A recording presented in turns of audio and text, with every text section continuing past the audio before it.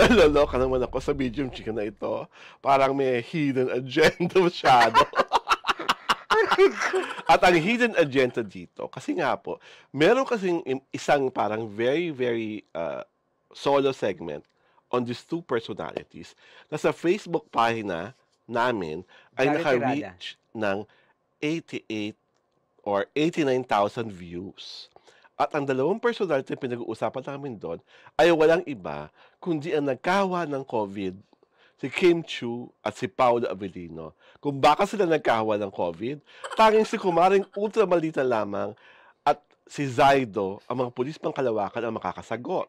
Ito po si Alwin Ignacio, the Diva That You Love. Kasama ko si Alex Brosas. Ito po ang The TT Show. Mare, bakit nga ba click na click lagi itong si Kim Chiu at si Paolo Avellino? Kasi hindi pa sila umaamin, ano? My God! Ay, Diba? May mystery pa. okay. Yung relationship nila, whether imagined or not, may mystery pa. Mhm. Kaya people were lured para isip sila. Mhm. Di ba? Pangalawa, yung chemistry nila talagang kakaiba. Mhm. Di ba? First time nila magtambal sa Linlang. Tapos yung Linlang, di ba? Prime Video. Oo. Now, di ba? Magkakaroon ng teleserye, teleserye, version. TV version, di ba? Yes. So, ang tawag dito, yung curiosity nila na titingnan nila kung saan pwedeng dun sa series, kung saan pwedeng, baka on Dito. this part ba, dito ba, Magkainlaban nagkakamabutihan na naman ba? sila? Oo. Baka may ma-discover sila na ganon, di ba? Mhm. That's what makes them a hit. Okay. Mm-mm. Isa pang question of national importance. Sa tingin mo ba si Kim Chiu, handa nang mahalin ang isang Paolo Avellino? As per her answer, di ba, she was asked kung ready na ba siya. Mhm. Sabi niya, in months time. Tapos nung si MJ Philip, months lang? Hindi, years. Sabi niya gano'n, di ba? Kumambyo siya kasi parang months lang, makaka-recover ka na kay no? Kay At dahil Ian dyan, Lim. dahil dyan sa reaction niya yan, nabash Oh. si Kimi sa X. Talaga? Oo. Ano Sinasabi sabi? sa X ng mga mahaderang mga netizen na ayan, sabi ko, months lang talaga. Kung hindi pa kilala ni MJ, talagang alam mong months lang talaga, naka-move on na siya. I think it's a good sign. At hindi totoo yung years na yan. And I think it's a good sign na after months pa lang, naka-move on ka na. It all boils down to your character na pwede ka palang mag-move on ng ganun kadali. Oo. Di ba? Parang, it's strange for a woman na maka-move on ng ganun kadali. And Kim is one of them. It's never strange for a woman na maka-move on ng madali. Basta may bagong lalaki. Ay! That's a Tama. matter of fact. Ay! My God. Lahat ng babaeng nagkakarelasyon, hiniwala yan. Mm. Ang best antidote maliban sa shopping, Ay! pagpapakulay ng buhok, Mm. pagpapagupit ng buhok, Pagpapaganda. ay bagong lalaki. Mm. So, Paolo Avellino fits the bill? Sobrang fits the bill. Diyos ko, Diba? ano ba yun? Oo. Huwag nyo kaming linlangin. Ay! Kimi at Paolo. Ay! Kami naman mga mature, Ay! adult na. Oh. At yung teleserye nyo naman, pang mature, adult audience as well. So, you were indirectly admitting that they are on a relationship now? I think so. Okay. Oo. What made you think so?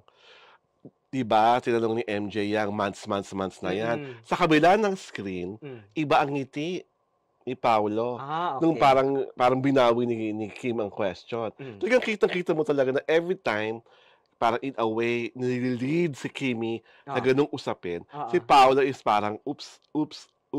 Pero kitang-kita mo na he's very happy that this woman that I think he loves talagang blooming and blossoming because of a wonderful career choice and because nandiyan siya sabi ni Kimi. Yun lang naman ang basa ko. Ay! Diba? Maaari po ako magkamali. Pero sa mga Kim Pao dyan, totoo. Diba? Appear tayo. Tamang nananalig tayong lahat na sila na. At saka, I don't think Kimi, sabi mo nga, she's a very intelligent girl, she's emotionally mature. I don't think ang babae, pag nakipag-break, alam niya na kung bakit siya nakikipag-break. Ay, correction dyan, Di Dayan. ba? Hindi.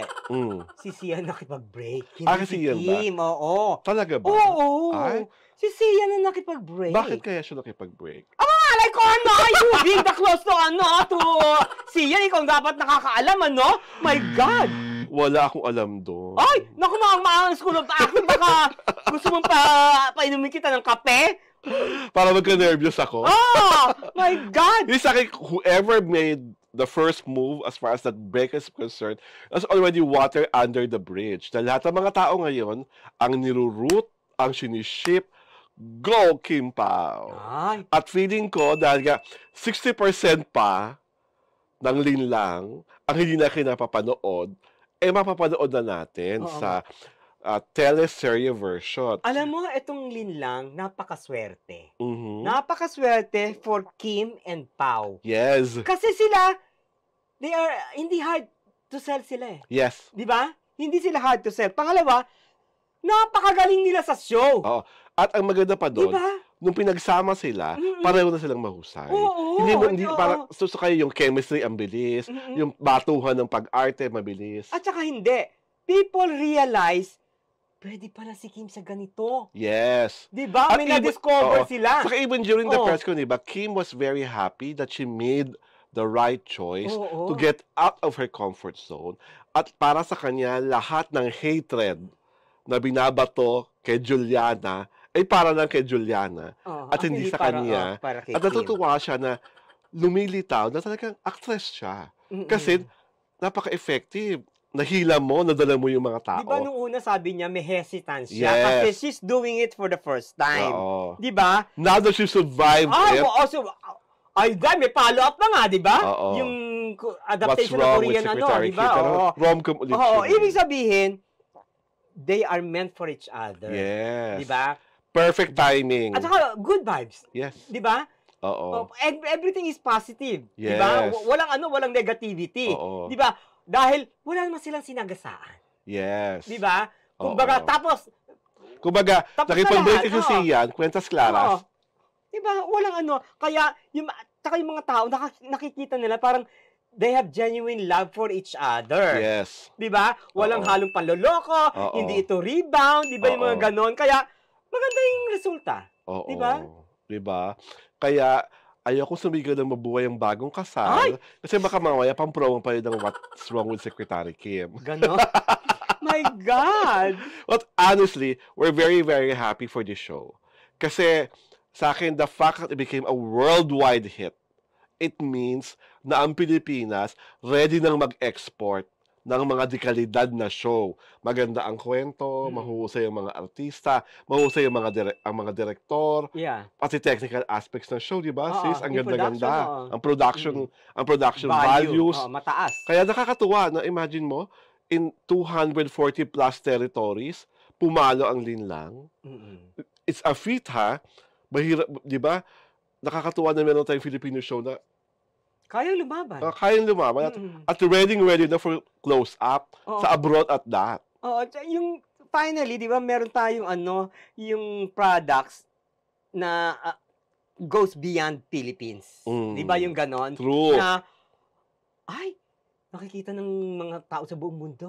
Hindi My kasi God. dati, di ba, nagkaka-show rin naman tayo sumisikat, pero Mm. sa Southeast Asia lang, Oo, hindi sa Africa worldwide. lang. Oo. Ngayon, worldwide. Saka kasi nga, nagka-advance rin naman ng social media platform. Naku, baka pati tayo tirahin ng Ng, you know, na nagsasabing basura.